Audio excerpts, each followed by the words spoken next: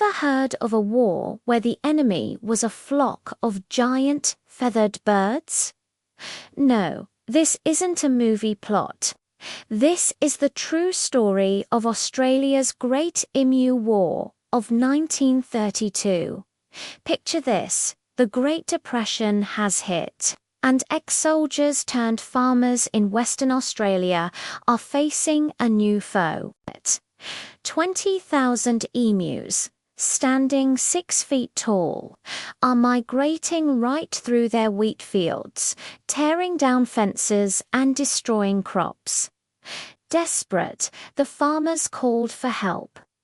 The government's solution: send in the army.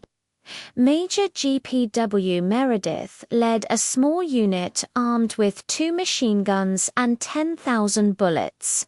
Their mission: eradicate the emu menace.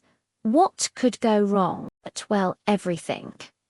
The emus were masters of guerrilla warfare. They scattered in zigzag patterns at nearly 30 miles per hour, making them impossible targets.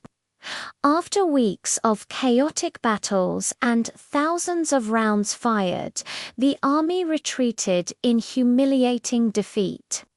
The emus had won. What other bizarre historical events should we cover next? Let me know in the comments, and don't forget to subscribe for more strange tales from history.